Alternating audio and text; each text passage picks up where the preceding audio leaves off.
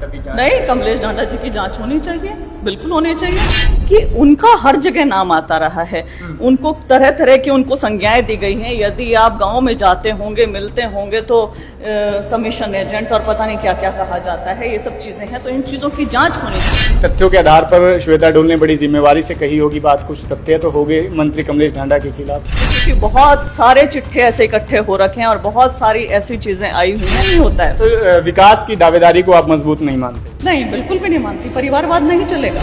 तो मुझे इस चीज की तो कतई फिक्र नहीं है टिकट की, क्योंकि टिकट सामने से आनी है और मेहनत मेरी मैं करूंगी, वो कोई और नहीं कर रहा है, तो मेहनत यहाँ से जाएगी, टिकट वहां से आएगी। यहाँ पर रामपाल माजरा जी का मुझे लगता नहीं, हालांकि वो पहले बहुत बड़े मंत्री वगैरह सब रहे हैं, लेकिन इस बार मुझे नहीं लगता। इस बार जनता का मूड कुछ और है, इस बार जनता को कांग्रेस को। एक डिजिटल नेता की संज्ञा आपको दी गई है, काफी लोग कहते हैं कि सोशल मीडिया पर एक्टिव थे, उसके बाद युवाओं का कुछ साथ मिला तो श्वेता ढुल ने ताल ठोक दिया। यदि डिजिटल नेता बनना इतना आसान है और उससे चुनाव में ताल ठोकना, तो आई वेलकम यू ऑल कि आप क्यों नहीं करते हैं ऐसा, आप सब करें, सभी डिजिटल नेता बन जाएं। एग्जैक्टली, सब बन जाएं। यदि इतना आसान है तो कुछ तो किया होगा। और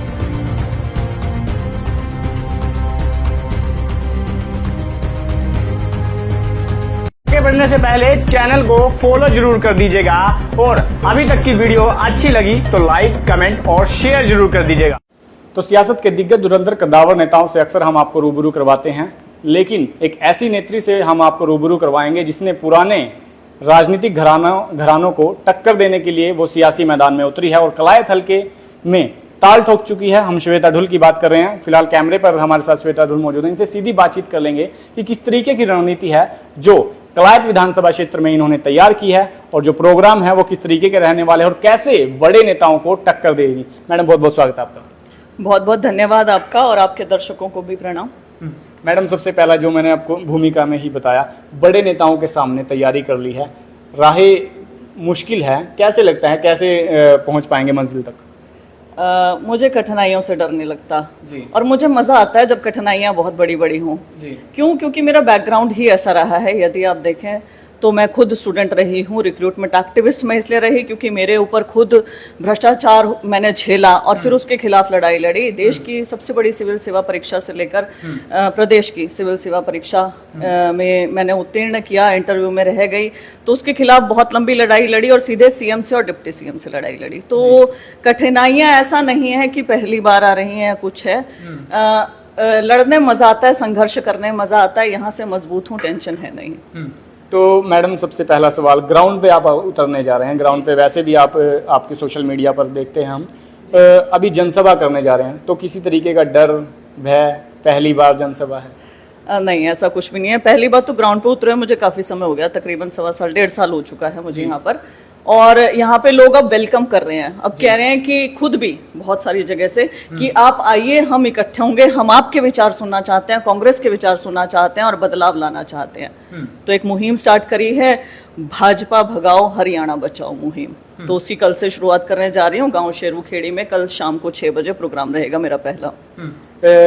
बातचीत कर लेते हैं भारतीय जनता पार्टी की। महिला वहाँ से राज्य मंत्री रहे और अभी शायद नहीं, अभी तो नहीं है, लेकिन पहले रहे, तो किस तरीके से कमियां मानते हैं भारतीय जनता पार्टी को और कौन कौन से वो मुख्य मुद्दे हैं जो थोड़ी कमी रही है भारतीय?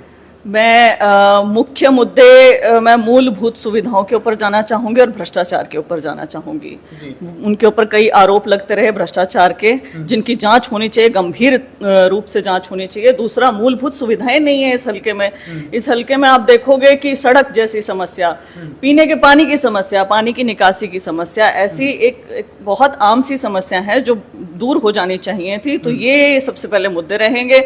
और रोजगार, क्योंकि मेरे दिल से जुड़ा हुआ, शिक्षा मेरे दिल से जुड़े हुए मुद्दे हैं, तो उन पे मैं काम करूंगी। जांच किन की होनी चाहिए?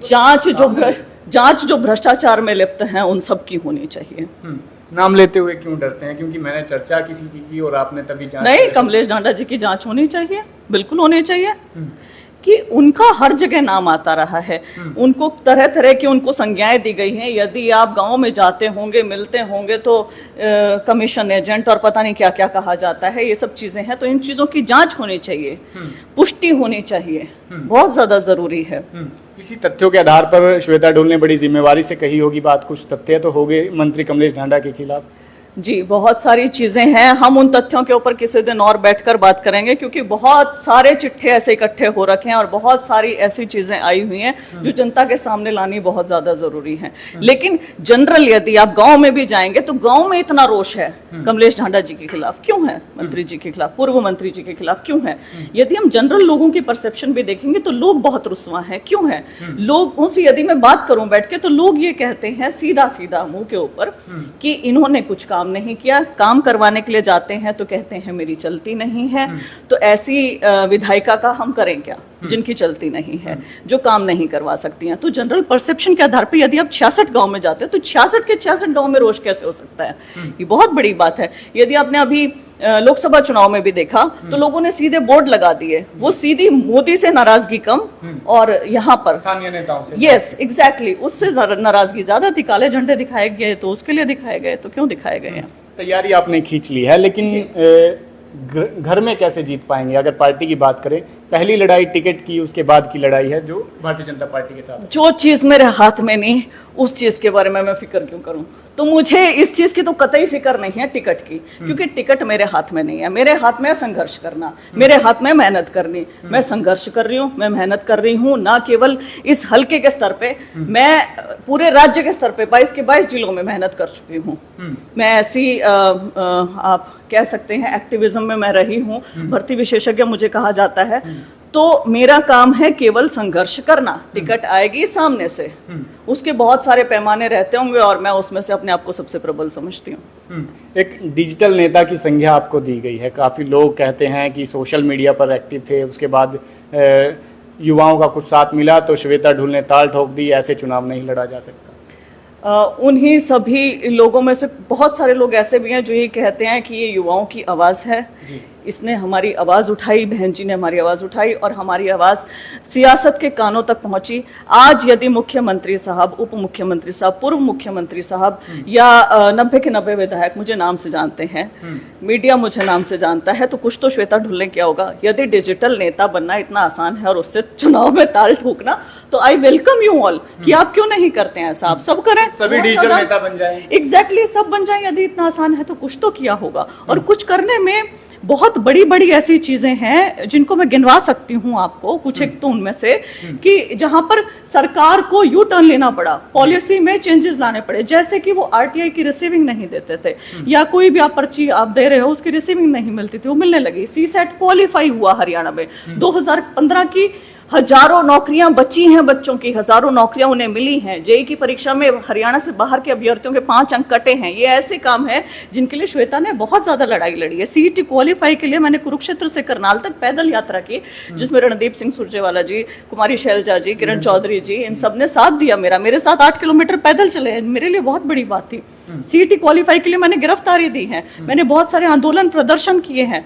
आज भी यदि पीजीटी संस्कृत आप किसी बच्चे से जाकर बोले, उसके लिए यदि सबसे ज्यादा किसी ने बोला तो मैंने बोला है। आज जो सोशियो इकोनॉमिक में संशोधन की बात हाई कोर्ट कहता है, उसके लिए 380 पत्र लिखे हैं मुख्यमंत्री साहब को, उप मुख्यमंत्री साहब को, सेक्रेटरी एचपीएससी को, सेक्रेटरी हरियाणा सरकार को, सबको। तो यानी ये मान लिया जाए डिजिटल नेता के साथ फिजिकल नेता भी है जो फिजिकली एक्टिव है। हाँ, आप ये कह सकते हैं कि धरातल पर एक्टिव रही हूँ। मन में एक ज्योत जलती रही है कि यहाँ पर चीजें ठीक करनी है, यहाँ पर बहुत गलत चल रहा है, हमारे एम्प्लॉयमेंट जो सिनेरियो है बहुत ज्यादा गलत होता जा रहा है। हमारी ग्रुप सी और डी की भर्तियां करते नहीं है, कभी पेपर लीक हो जाते हैं, कभी कुछ हो जाता है। अंडर एम्प्लॉयमेंट भी है भैया। अगर पीएचडी का बच्चा ग्रुप डी में नौकरी कर रहा है तो ये अंडर एम्प्लॉयमेंट है, उसको अपनी योग्यता के हिसाब से नौकरी मिलनी चाहिए। और ग्रुप ए और बी में क्या हो रहा है, हरियाणा से बाहर के बच्चे लग रहे हैं, हमारे बच्चे क्या कर रहे हैं, विदेशों में पलायन कर रहे हैं या इंजेक्शन लगा रहे हैं नशे के। मैं बात कर लेता हूँ पूर्व केंद्रीय मंत्री जयप्रकाश जी की। हिसार से सांसद बन चुके हैं और वो कह रहे हैं कि अब तो दावेदारी और भी मजबूत हो गई है हमारी कलायत विधानसभा क्षेत्र को लेकर, कांग्रेस की पार्टी की टिकट को लेकर। क्यों अपने बेटे की दावेदारी ठोक क्यों मजबूत होगी? क्योंकि वो केंद्र में मंत्री बन गए हैं इसलिए, सॉरी केंद्र में वो एमपी बन गए हैं इसलिए नहीं, ऐसे नहीं होता है। क्योंकि राहुल गांधी जी खुद परिवारवाद के खिलाफ बोल रहे हैं, पहली चीज। दूसरी चीज, यदि ऐसे ही रहा तो हमारे तो 5 बने हैं तो 5 आगे 5 को और दिलवा देंगे, ठीक है? तो फिर क्या होगा? ऐसे नहीं होता है। और यदि ऐसे कोई कहता है तो वो तो मतलब, मैंने पहले भी इनके बारे में बोला था, अभी बोलती हूँ, तो फिर तो उन्हें अपने बेटे की क्यों, वो अपनी पत्नी की भी दावेदारी मजबूत करवाएं, अपनी बेटी की भी करवाएं, दामाद की भी करवाएं, बहू की भी करवाएं, सबकी करवाएं, सबको सेट कर दें। ऐसे दावेदारियां मजबूत होती हो तो ऐसे नहीं होता है। तो विकास की दावेदारी को आप मजबूत नहीं मानते? नहीं, बिल्कुल भी नहीं मानती। परिवारवाद नहीं चलेगा। जो भी यहाँ पर संघर्ष करेगा, जमीन पर मजबूत होगा, जिसने सच में जनता के लिए कुछ किया होगा, जिसका सर्वे में नाम आएगा, कई सारी चीजें जो रहती हैं, जो आला कमान देखेगा, मुझे लगता है उसके आधार पर टिकट मिलेगी। दबाव की राजनीति अक्सर नेता करते हैं, बैठ जाते हैं आला कमान के सामने, टिकट हमें चाहिए। पहले भी कई पार्टियों में मैंने देखा, उसका सामना कैसे कर पाएंगे श्वेता? मैंने आपको पहले कहा, जो चीज मेरे हाथ में नहीं उसके लिए मैं परवाह नहीं करूंगी। मैं सीरियसली कह रही हूँ और मैं दिल से ही कह रही हूँ, क्योंकि टिकट सामने से आनी है और मेहनत मेरी मैं करूंगी, वो कोई और नहीं कर रहा है। तो मेहनत यहाँ से जाएगी, टिकट वहां से आएगी। ठीक है, अब वो कुछ भी, कोई भी तंत्रम्स करे, कुछ भी उसके लिए दबाव की राजनीति करे, कुछ भी करे, मुझे अल्टीमेटली लगता है जो यहाँ लिखा है, जो उसने सोच रखा है, वही होगा। मैं बात कर लेता हूँ एक कद्दावर नेता की, जो पहले भी यहाँ से विधायक रहे, नुमाइंदगी की और तमाम पदों पर रहे। रामपाल माजरा भी तैयारियां कर रहे हैं लगातार और डोर टू डोर भी उनका दिखा लोकसभा चुनाव में भी, और जनसभाएं वो अक्सर करते हैं। अभी स्थिति कहाँ पर देखते हैं जब रामपाल माजरा और कांग्रेस के सामने आमने सामने होंगे, जब त्रिकोणीय मुकाबला होगा? देखिए, मुझे ऐसा लगता है लोकसभा चुनाव में हमने देखा है कि क्षेत्रीय पार्टियों को लोगों ने नकार दिया है। ये ऑल टुगेदर पूरे हरियाणा की मैं बात कर रही हूँ, और यदि कलायत में भी हम देखें तो ऐसा ही हुआ है। तो लोगों का मूड है कांग्रेस वर्सेस भाजपा, ये है लोगों का। और लोगों को क्या है कि भाजपा को कैसे हरा सकते हैं, कौन हरा सकता है, उसको मजबूत करो, उसको जिताओ। तो वो कौन कर सकता है? कांग्रेस कर सकता है। तो यहाँ पर रामपाल माजरा जी का मुझे लगता नहीं, हालांकि वो पहले बहुत बड़े मंत्री वगैरह सब रहे हैं, लेकिन इस बार मुझे नहीं लगता। इस बार जनता का मूड कुछ और है, इस बार जनता को कांग्रेस को जिताना है। आपकी बात से ही रिलेट करता हूँ, आपने कहा कि लोकसभा चुनाव में राष्ट्र के मुद्दे होते हैं, मैं जो आप बता रहा हूँ, और स्थानीय मुद्दे रहते हैं। स्थानीय नेताओं के साथ चेहरे पर भी चुनाव लड़ा जाता है, स्थानीय मुद्दों के साथ चुनाव लड़ा जाता है। तो लगता नहीं है कि रामपाल माजरा की एक बड़ी छवि है? छवि से मैं इनकार नहीं करती हूँ, रही है उनकी बड़ी छवि, लेकिन समय क्या है? बदलाव का।